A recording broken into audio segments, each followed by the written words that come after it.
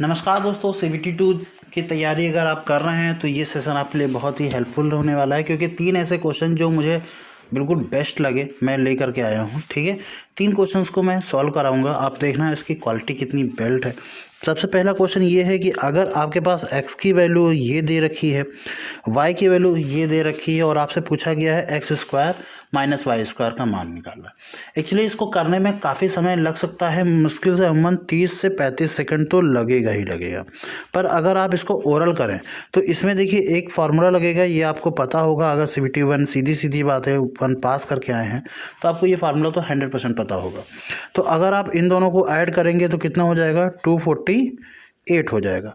और इन दोनों को ऐड करेंगे तो कितना हो जाएगा, 1/124। अगर इसको देखेंगे तो ये 2 आ जाएगा, 2 2 जा 4, हमारा ऑप्शन सही हो जाएगा। इस तरीके से आप क्वेश्चन सॉल्व कर सकते हैं। अगर ओरल करेंगे तो ये क्वेश्चन काफ़ी जल्दी हो जाएगा, मुश्किल से 5 से 6 सेकंड या 10 सेकंड लगेगा अमन मैक्सिमम। तो इस तरीके से इस क्वेश्चन का आंसर ये हो जाएगा। चलिए अगला क्वेश्चन देख लेते हैं। अगला क्वेश्चन है वो भी काफ़ी आसान क्वेश्चन है। जैसे लिखा हुआ है 8 अंक की संख्या है ये, और ये 72 से डिविजिबल है। अब 72 में आपको पता है कि 9 और 8 दोनों आते हैं, यानी 8 से डिविजिबल होने वाली संख्या तो बहुत आसानी से निकाल सकते हैं। लास्ट के 3 डिजिट होनी चाहिए, वो 8 से डिविजिबल जरूर से ज़रूर होनी चाहिए। इसका मतलब पूरी संख्या फिर डिविजिबल होगी। अगर हम देखें तो 3 4 y में से अगर 8 से डिवाइड करें, ठीक है, ओरल ही आपको करना है इसको, तो 8 4 जा 32 होता है।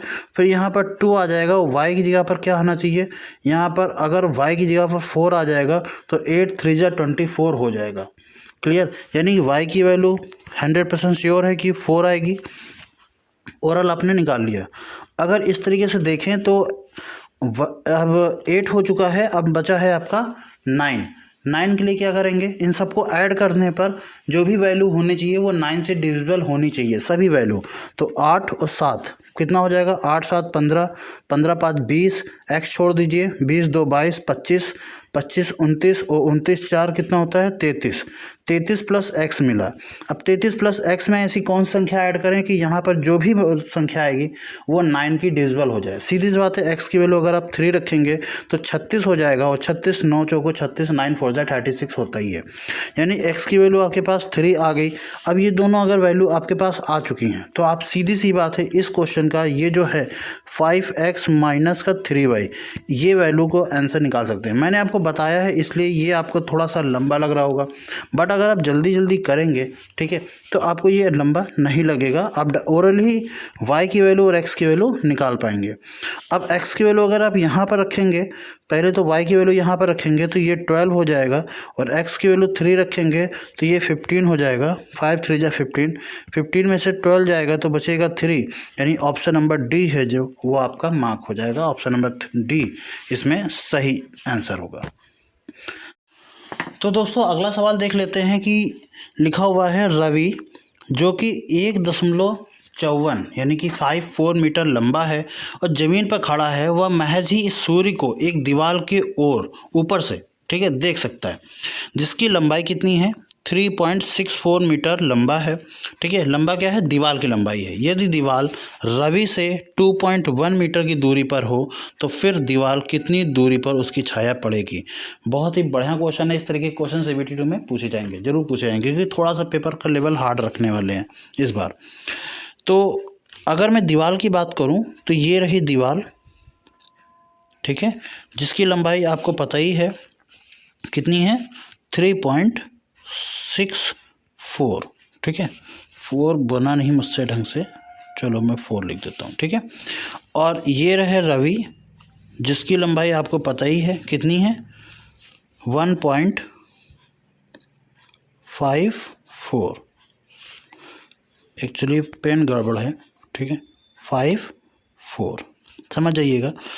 और सूर्य यहाँ पर कहीं है, वो चमक रहे हैं, ठीक है, और ये जो है इसी के साथ ऐसे कुछ पड़ रहा है, इस तरीके से कुछ इसका फिगर आउट होगा, ठीक है, क्योंकि सीधी सी बात है दीवार और इनके बीच की दूरी 2.1 मीटर है। और सीधी सी बात है, क्योंकि ये सूर्य को इस दीवार की इस तरफ महज देख पा रहा है। महज देख पा रहा मतलब सिर्फ दिखाई दे रहा है, ऊपर और नीचे नहीं है। ऐसा नहीं कि दिखाई नहीं दे रहा, ऐसा नहीं कि ऊपर हो गया, सिर्फ दिखाई दे रहा, ठीक है, यानी कि इसके बराबर है, पैरेलल में है, ठीक है, क्लियर।